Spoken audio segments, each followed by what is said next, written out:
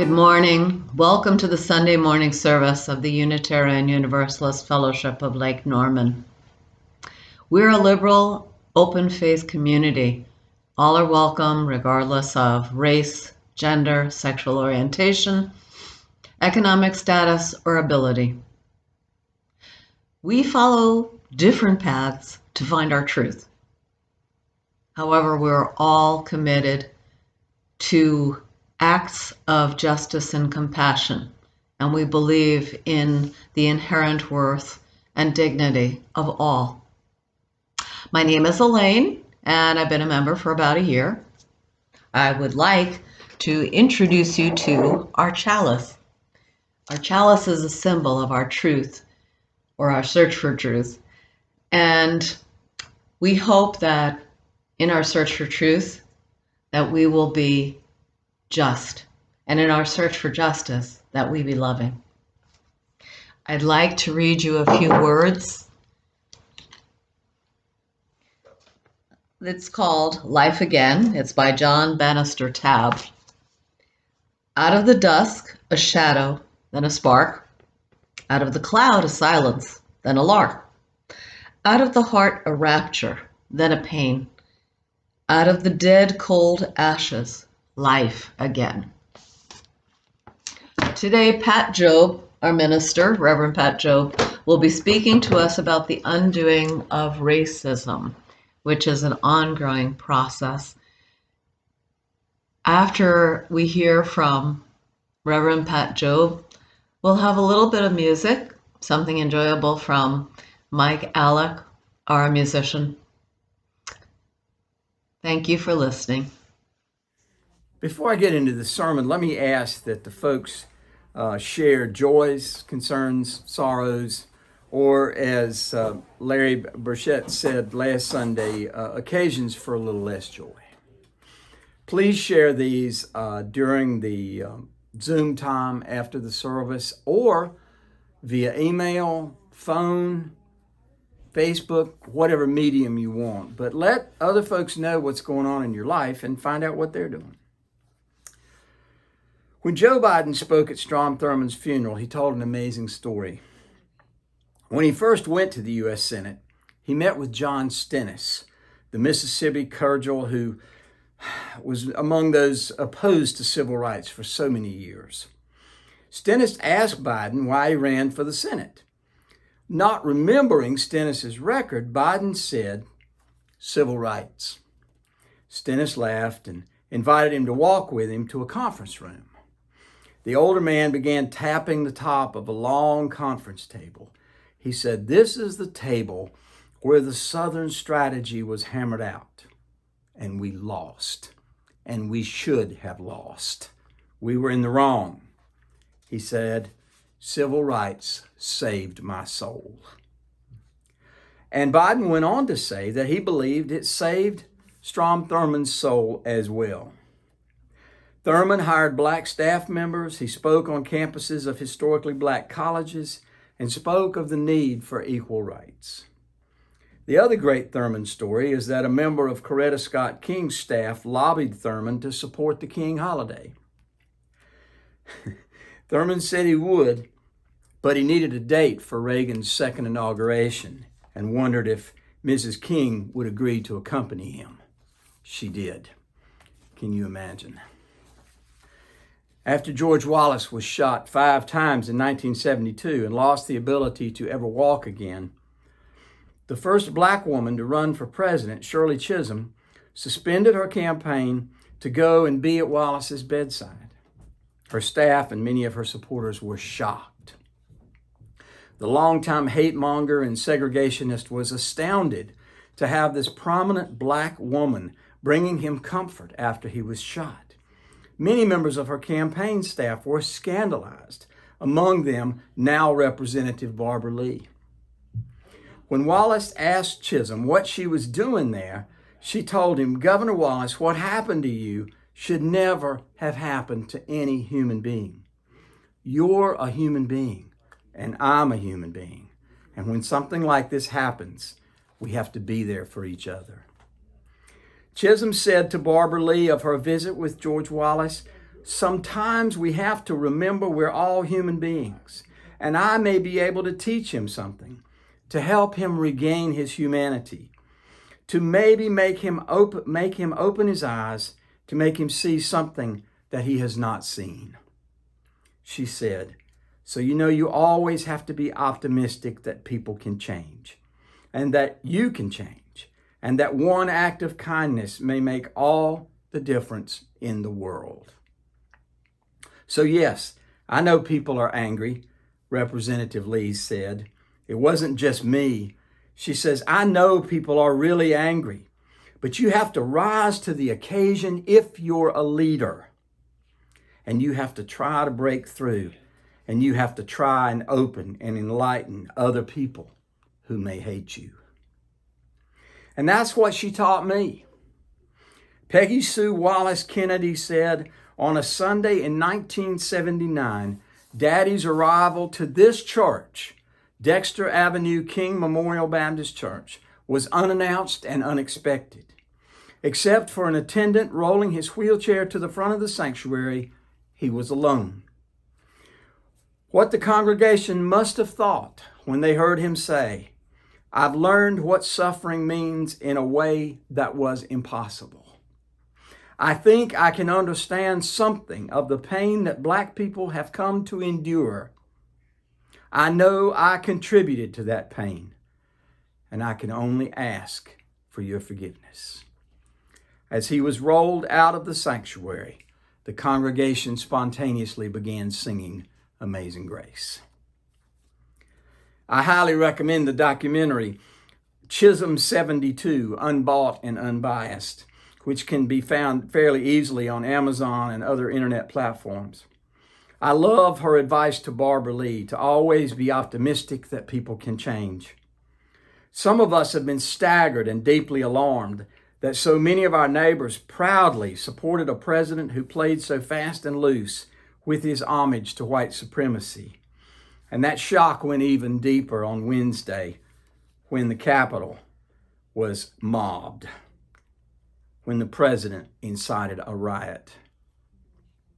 We know that white supremacy is alive and defended by otherwise intelligent people who simply refuse to give up the cookie-cutter mentality of racism. But we have these examples of white men who sucked up political capital on the backs of oppressed Black and brown people, only to later see the error of their ways, and publicly admit it. We could dig hard, I suppose, and maybe find examples of people raised on the milk of human kindness only to renounce it and become a violent racist. But I don't know of any prominent advocates for the more excellent way who later gave it up for Nazism or membership in the Klan.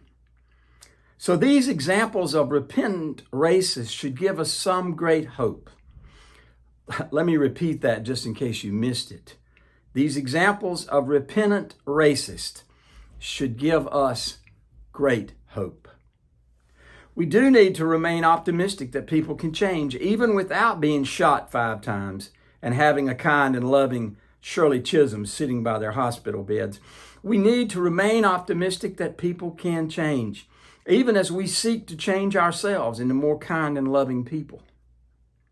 Daddy would urge me to be more understanding of my racist classmates in high school, telling me they were raised that way and they couldn't help the way they were any more than Black folks could help the color of their skin.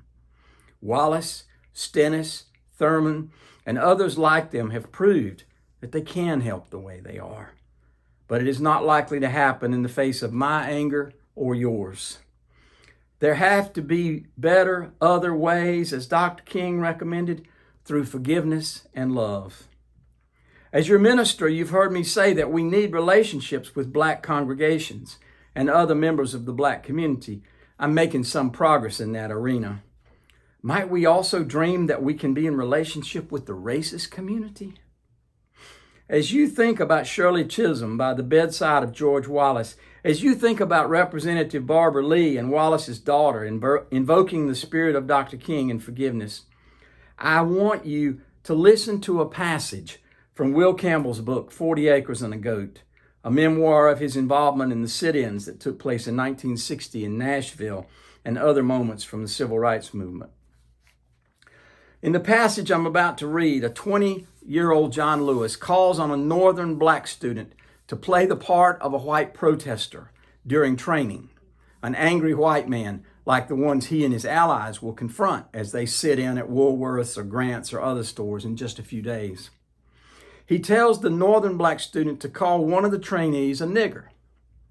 When he does, the northerner says he doesn't use that word, and the other southern blacks in the room laugh at him, and one says he doesn't know about crackers.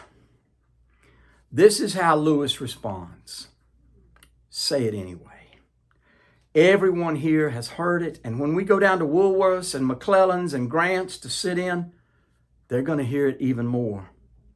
Go ahead, say it. It's nigger. N-I-G-G-E-R, nigger. And when you say C-R-A-C-K-E-R, you're saying the same thing. There aren't any niggers in this movement, and there aren't any crackers on the other side. That's a hate word. We're talking about the beloved community. We don't hate people. People are not our enemy. We hate segregation. Systems are our enemy. We're talking about unconditional love. Unconditional love. We keep loving them no matter what they do to us. And if you love somebody, you don't fight back. You take it. We're talking about nonviolence. We're talking about satyagraha, as Gandhi called it. We're talking about the passive resistance of Martin Luther King Jr. And if you can't understand that, remember this. That's the only weapon we have. White folks make all the guns. White folks make all the razors. White folks make all the jails. But all the guns, knives, and jails in the world can't put love down. Nobody makes love. God makes love. We do love. End of quote. Many of you grieved along with people all over the world when John Lewis died just a few months ago. Many of you felt like people all over the world, called to act and make a difference. And Lewis is urging us to make good trouble. Make good trouble. That is the work before us. We need to make good trouble. We need to make good trouble as we befriend our allies in the black community and our future friends among those who still claim the old lies of racism. We have a lot of work to do. I'll close with one more story. As you can tell, I've thought a lot in recent weeks about Dr. King, Robert Kennedy, Cesar Chavez, Gloria Steinem, Shirley Chisholm, and other outstanding leaders from those idealistic days of the 1960s and 70s. It makes me very sad to think how many of those dreams have not come true today. One Sunday morning, I was in a UU service with Colette Troca, and I stood beside her singing "We Shall Overcome." She was 8 at the time. As I looked down at her, I began to cry because I had been her age when civil rights workers first began singing that song. It suddenly hit me that in another 50 years, she would be my age and I would be dead, and some of those dreams might not still be realized. I wept to think that might be so. She later made me a video and promised that her generation would be the change makers who would deliver on the promises. She also plans to run for president in about 30 years, and I hope to volunteer in her campaign. She was 8 when we sang that song. She's 16 now. I wonder how much longer it's going to take.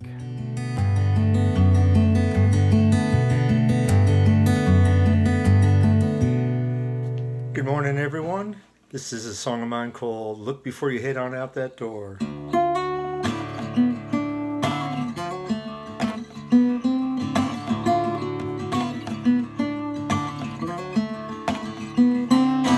Look before you head on out that door. It's a jungle right down to the core. Every time I go outside, something's falling from the sky. Hey, look before you head on out that door. Look before you try to cross that street. Broken hearts are lying at your feet. There's a madman on the run. Every blind man's got a gun. Hey, look before you head on out that door. Ooh, I saw the enemy inside the corner store. I knew it had to be from the colors that he wore. The colors he wore. The colors of war.